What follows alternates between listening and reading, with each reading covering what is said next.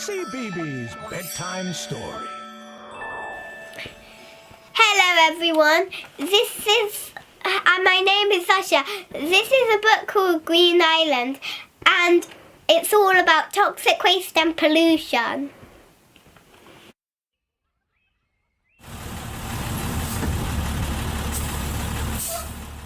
Mr. Johnson took his class away for the week. They went to a big house called Seaway house. Miss May went too. The children were excited. Seaway house was near the sea. There were lots of interesting things to do. Everyone unloaded the bus. Some of these bags and cases are heavy, said Mr. Johnson. We're only here for a week. Mrs. May found a toothbrush. Whose toothbrush is this? She asked. Oh dear, said Biff. I think it's mine.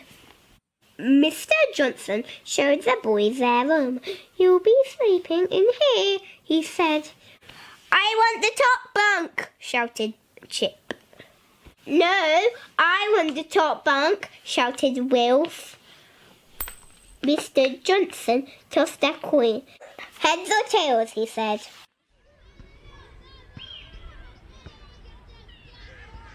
Mr. Johnson gave the children a map. Then he took the children for a long walk.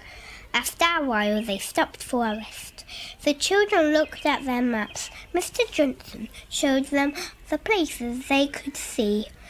Your map's upside down, Biff, said Wilf. Adam pointed to a little island out at sea.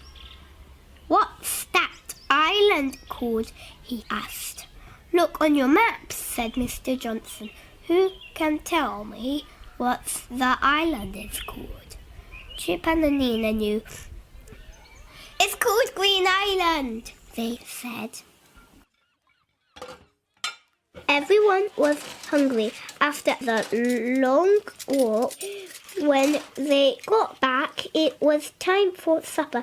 The children served the food and then they helped wash up. I don't like washing up at home, said Wilf, but it's fun washing up here. That night the children were tired, but they couldn't sleep. Chip kept telling jokes and making silly noises. In the end, Mr. Johnson came in. He was cross with Chip. I'll send you to bed at 6 o'clock tomorrow if I hear any more noises. The next day, the children did a beach study. Some children worked with Mr. Johnson. They made squares on the beach and looked at everything in each square. Beside a shell with a crab inside, it's called a hermit crab, she said. Some children worked with Miss May. They looked carefully in all the rock pools. Nadim and Wilf caught a large crab. Look at this! Look at this! They called. Mrs. May showed them how to hold a crab. We'll look at it, then we'll let it go, she said. Chip and Nina found a seagull. It couldn't fly. Oh dear, said Mr. Johnson. It can't fly because it has oil on its feathers. Oil is hard to get off, so be careful, everyone. Mind you don't get oil on you. How do we get the oil off the seagull? asked Chip. Mr. Johnson took the children to see Miss Honey. If anyone can help the seagull, Miss Honey can, said Mr. Johnson. This poor old girl needs a clean, said Miss Honey. She looked at Nina and Chip. And so do you, she said. Oh, that is terrible stuff, said Miss Honey.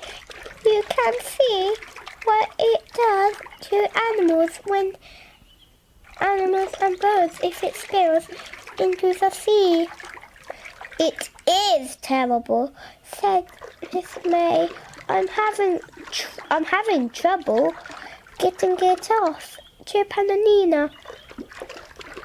I feel really sorry for the seagull, said Chip. What will happen to the seagull? Asked Wilf. Its feathers will be damaged, said Miss Honey. So first we'll clean the oil off, then we'll look after it for a week or two. It has to get strong again and its feathers have to get better, then we'll let it go. Mrs. Honey looked after all kinds of animals. She showed the children an otter. Then she gave it some fish. She's a sea otter, she said. I call her Fiona. She was hurt by a boat. Now she's better. I'm going to let her go. Sea otters live on Green Island, said Miss Honey. If you like, you can come to the island with me and watch me let Fiona go. Miss Honey had a boat. There's room for everyone, she said. If we're lucky, we may see some more sea otters. The children went across to Green Island in the boat. Miss Honey stopped a little way from the island. The children looked carefully. Suddenly Alina pointed to some rocks. I can see another otter, she said. Look, everyone! There aren't many sea otters left, said Miss May. So that was a wonderful thing to see. Mrs. Honey let Fiona go. The otters dived into the sea and swam towards the rocks. Will Fiona be all right now? Asked Will. I hope so, said Mrs. Honey. Miss Honey took the boat to the other side of the island. You can get out and explore, she said. If you keep quiet, you will see all kinds of interesting seabirds. The children jumped out of the boat and went to look around the island. The children saw a small cave. They ran to see it. I wonder if it has treasure in it, called Wilf. Maybe it's a secret tunnel, said Nadim. Maybe it leads to a secret computer base. But when they got to the cave, they found something else. In the cave were some drums. I don't like the look of this, said Miss Honey. These drums have been dumped on Green Island. They're full of toxic waste. Keep away from them, everyone, said Mr. Johnson. Why would anyone want to dump them here? Asked Biff. Hard to get rid of toxic waste, said Miss May. It costs a lot of money to do it safely, so people dump it. We should tell the police, said Mr. Johnson. These drums can't stay here, said Miss Honey. They could do a lot of harm to the wildlife. Suddenly, Chip and Will ran up to Mr. Johnson. There's a boat coming to the island, said Chip. There are 4 people in it. I don't like the sound of this, said Mr. Johnson. Keep out of sight, everyone, said Miss Honey. I want to see what these people are doing. The boat stopped at the island and 4 people got out. They lifted some drums out of the boat and began to carry them towards the cave. "They're dumping more waste on the island," said Miss Honey. "I want everyone to run back to my boat. Don't make a sound. I have an idea."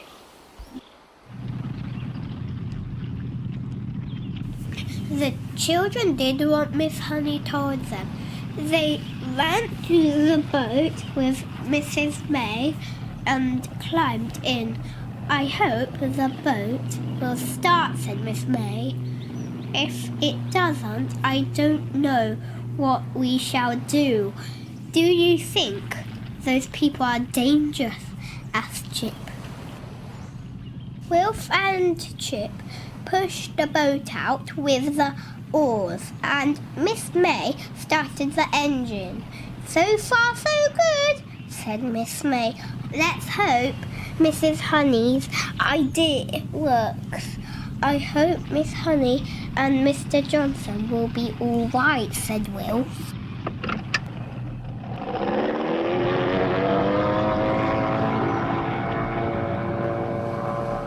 Miss Honey's idea worked. She and Mr. Johnson had taken the other boat. The other people couldn't get off the island without it. "Hooray!" shouted the children. "They won't get off Green Island unless they swim all the way back." "What are you doing with our boat?" shouted a man. "Bring it back!"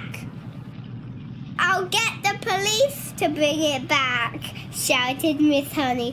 "You can tell them why you've dumped toxic waste on Green Island." "Go!" said the man. 13 Sergeant 1 Essential. The police took the people off the island. Taking their boat was a brilliant idea, said Mr. Johnson. "I'm glad we caught them," said Miss Honey. "And I'm glad you were with me. I couldn't have taken their boat by myself." "What an adventure," said Miss May. "Look at those drums of toxic waste," said Wilf. "I can't think why people would dump them where they could do so much harm. I'm glad the otters will be safe on the island now," said Anina.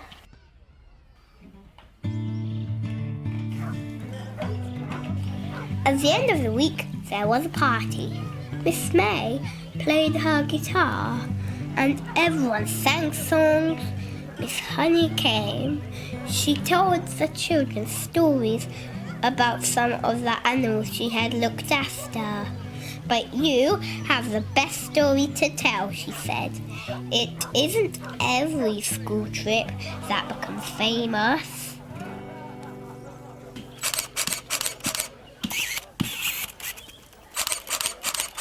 A photographer came. She made everyone stand in a group. Then she took a photograph. "We're going to be in the newspaper," said Wilf. "We are going to be famous." "I've never been famous before," said Chip. "I wonder what it feels like." The next day, the story of Green Island was in the newspaper. The children were excited. "I'm going to buy 3 newspapers," said Chip.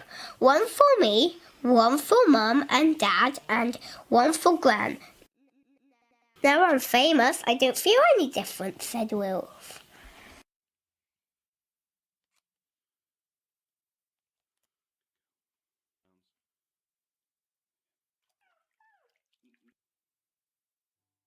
Wow, what an exciting story.